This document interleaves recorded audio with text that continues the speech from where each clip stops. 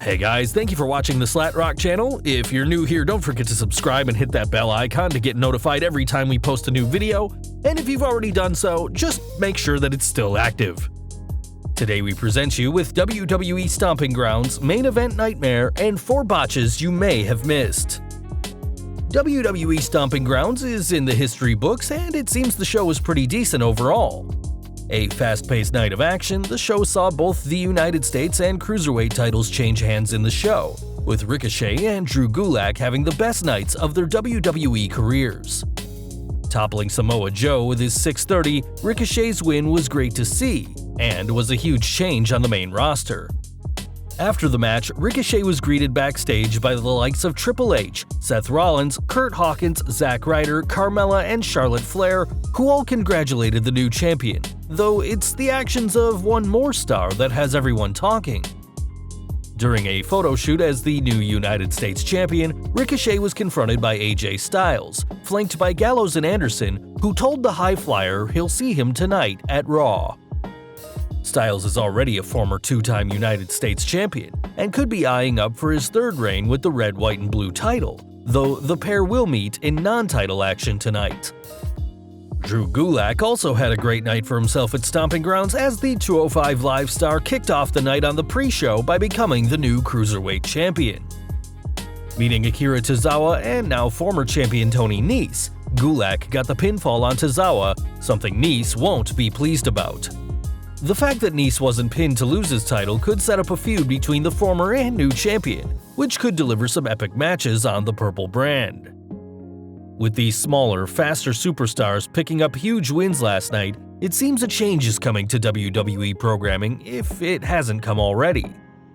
Though these 2 matches both saw huge title wins, one superstar who was able to retain their gold was Universal Champion Seth Rollins, who was able to keep hold of his title against Baron Corbin and special guest referee Lacey Evans.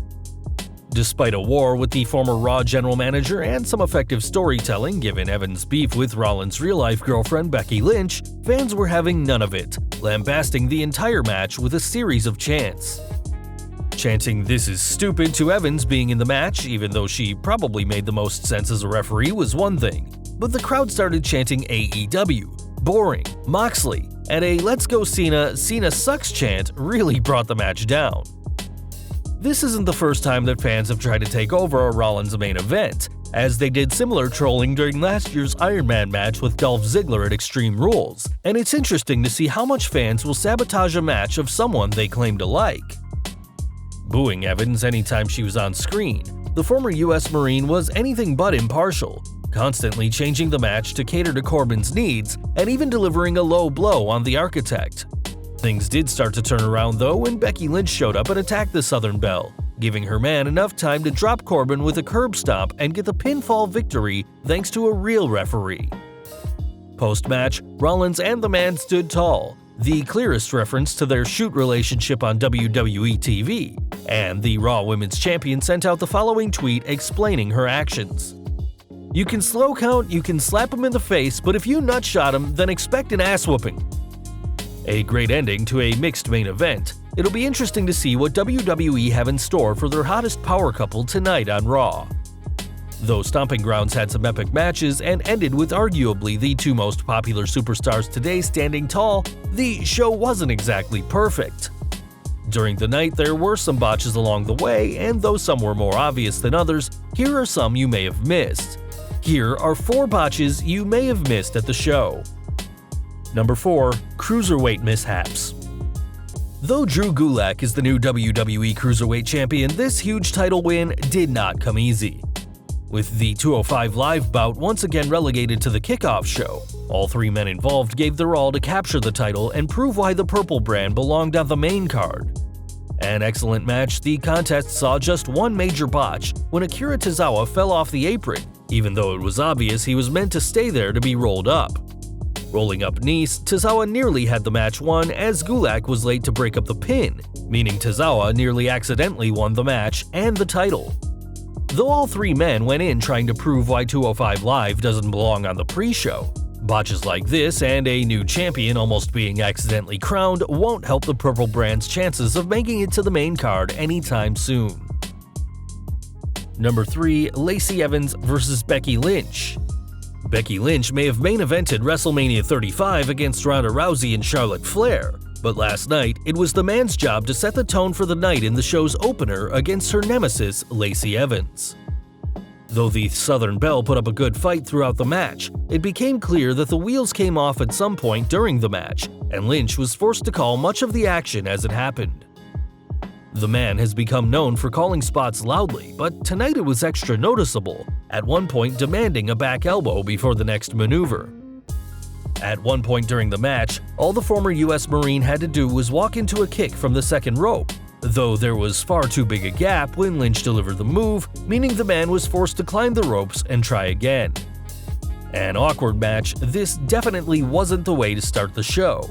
And though both women would play much bigger roles later on, there was no salvaging this opening contest. Number 2. Tucker's Moonsault. At Stomping Grounds, Tucker and Otis were given their first opportunity at championship gold on the main roster when they competed for the SmackDown Tag Team titles. Taking on Daniel Bryan and Eric Rowan, the former NXT team certainly stepped up their game in their quest to become the new champs, but there was one painfully awkward moment during the match.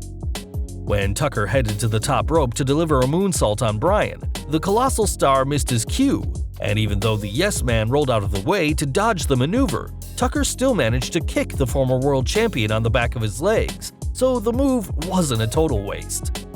Luckily, Bryan was able to recover and continue the match, as the small botch was easily covered by both stars and will have been completely missed by fans.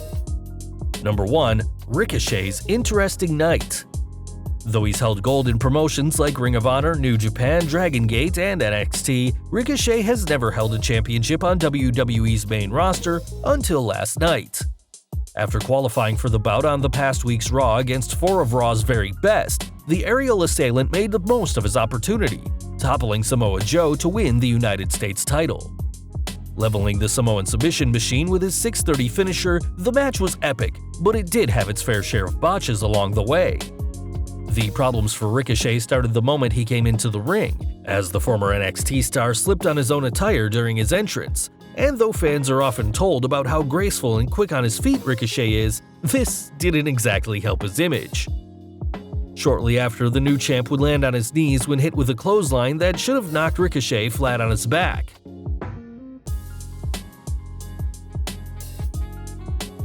Despite these botches, the match was still an epic encounter as Ricochet started his first US title reign, in a match many fans have considered to be the best of the night. Back to WWE now, and Stephanie McMahon has held her own against reporters accosting her at the airport, and for once, it's not TMZ. Instead, it was WrestlingNews.co, who caught up with the company's chief brand officer while she was headed for her ride and signing autographs for nearby fans. While the majority of questions were predictable, McMahon was thrown a curveball with a question about AEW, but handled it like a pro.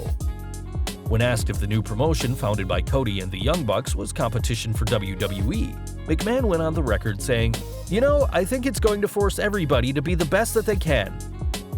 It may have been a cliche answer, but McMahon definitely made the right call, as avoiding the question would have had fans speculating the company's running scared.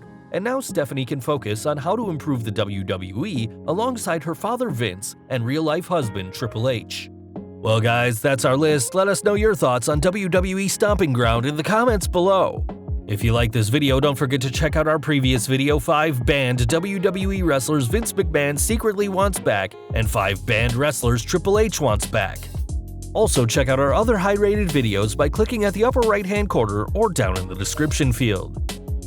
Don't forget to hit that like button, hit that subscribe button, and that bell icon so you don't miss a single new video. You can follow us on Facebook and Twitter, and as always, thank you for watching.